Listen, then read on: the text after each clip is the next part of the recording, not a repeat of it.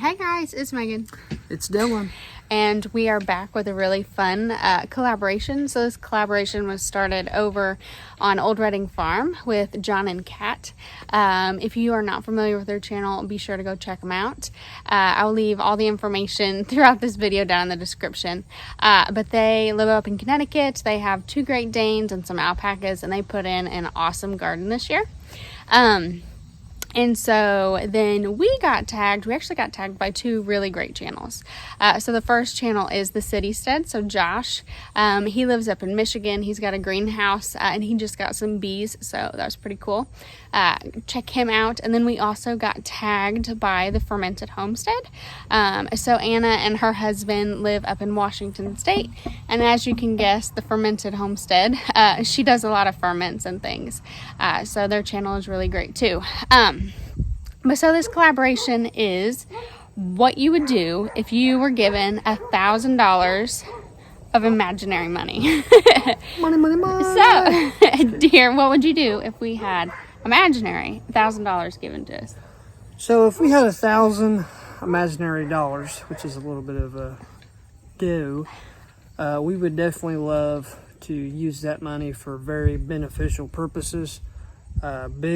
I think me and her can agree, something that we would love, our top 3 things. If we had $1,000, what would we do with it?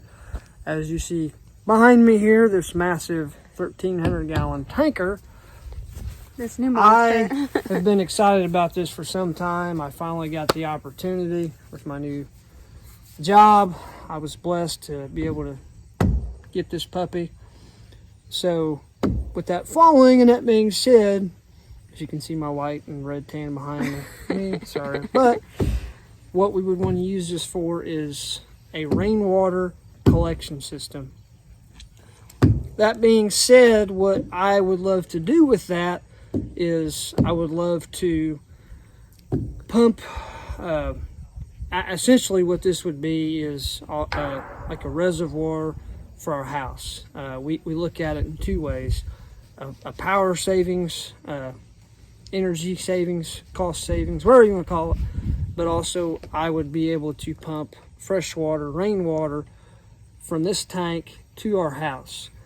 And we can use this for multiple purposes as well, for our garden, our flower beds out front, or our raised beds. So it has a lot of beneficial advantages. So with that being said, I'll step back here and kind of give you a rundown of what I am thinking real quick, short and sweet. Let me introduce you to my tank here. What I'm envisioning with our $1,000, what we would do if we had to spend it on that. I have to finish the plumbing here, but I would love to bring that out to a little platform here, kind of like a stationary position. And what I would do is probably run a pipe around this to where my well is at. We have a bladder tank in there, and that will allow us to tap in added pressure. We're off a jet pump right now, which is our main water supply, our pressure system, if you call it. And that would allow us to have this tank water be consumed for our house. But also, I would probably add another, like a bypass here. So if my wife or whoever, a hose hookup, we could also use that for our raised beds or wherever that we need to use it at. So we stuck this guy in between the garage, the house, and the shed because the thought had been... Strategy. Yes, the thought had been to build a gutter system on the garage and on the shed. There is a gutters on the house, but to run it into the top of the tank to then collect the water. So she is so smart. Cost here is about... Cost is, off the rough top of my redneck head, is about $200 to $400, I would guess, with PEX, the pump, and running it the way that we would want it. So that's kind of a rough guesstimation of what I would call cost to put it in. So that's your guesstimation, $200 to $400. And then your second project would be? My second project, which I'm probably more excited about, that would be our backup emergency power system. And we'll get into that here very shortly. So most of you that have ever seen backup power systems, Generacs, or I think Miller does them as well. Don't quote me on that, I'm not sure. But usually when the power goes out, they have a generator right here.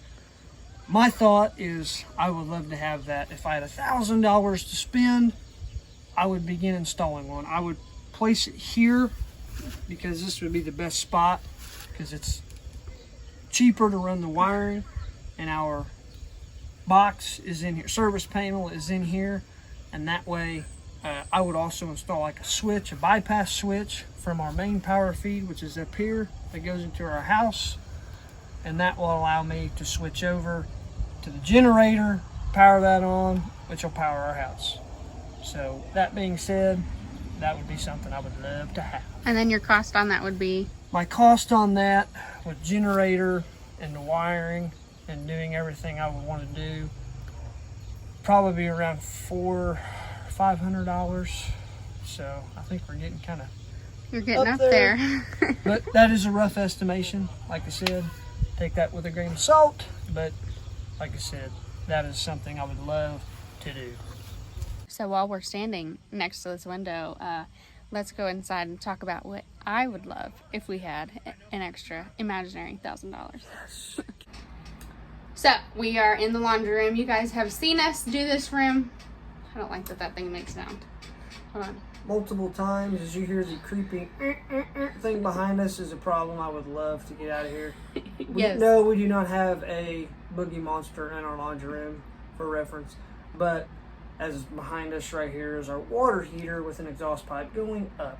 So yes, that is something that we would love to say bye-bye to, get rid of, sayonara, whatever you want to call it. But our laundry room would be in our top 3 things if we had $1,000 to spend to refinish our laundry room. We have been at this for what? I don't know. About 2 years, I would say. Just little bit by little bit. Yeah. But surely, but sweet, we'll get this sucker done if we had $1,000 to spend. Yeah. I mean, this, to me, I have at the bottom of the list because if we spend the $1,000 on everything else, this room is still going to be done because it's still on our current to-do list. We've shared videos on remodeling this room, and this section behind us is literally the last part of it that needs done because piping needs ran. We already bought our hot water heater, so like we've bought the more expensive things. It is the piping and the new panels to go in here. Like, it's just not a lot of cost. Like, we already have the paint and everything.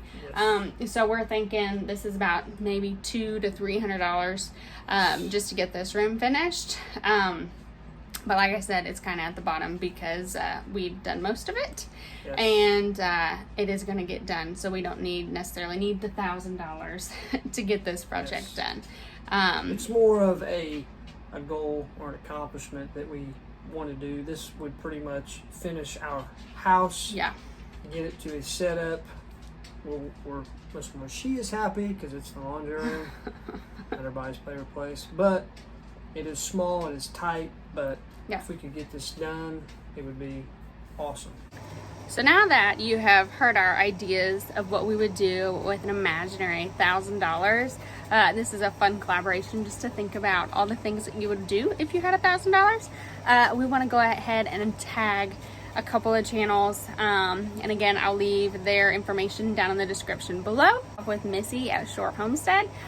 Missy lives on a 10th acre in Maryland, so she has a garden, she does foraging videos, and then she's also a master gardener. So go check out her channel.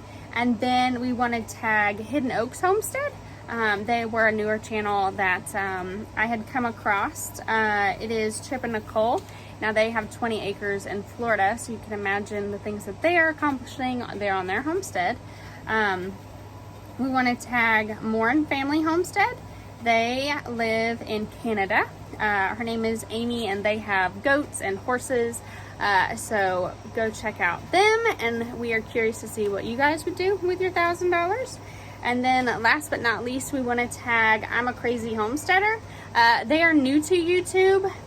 So I think they were under 100 subscribers.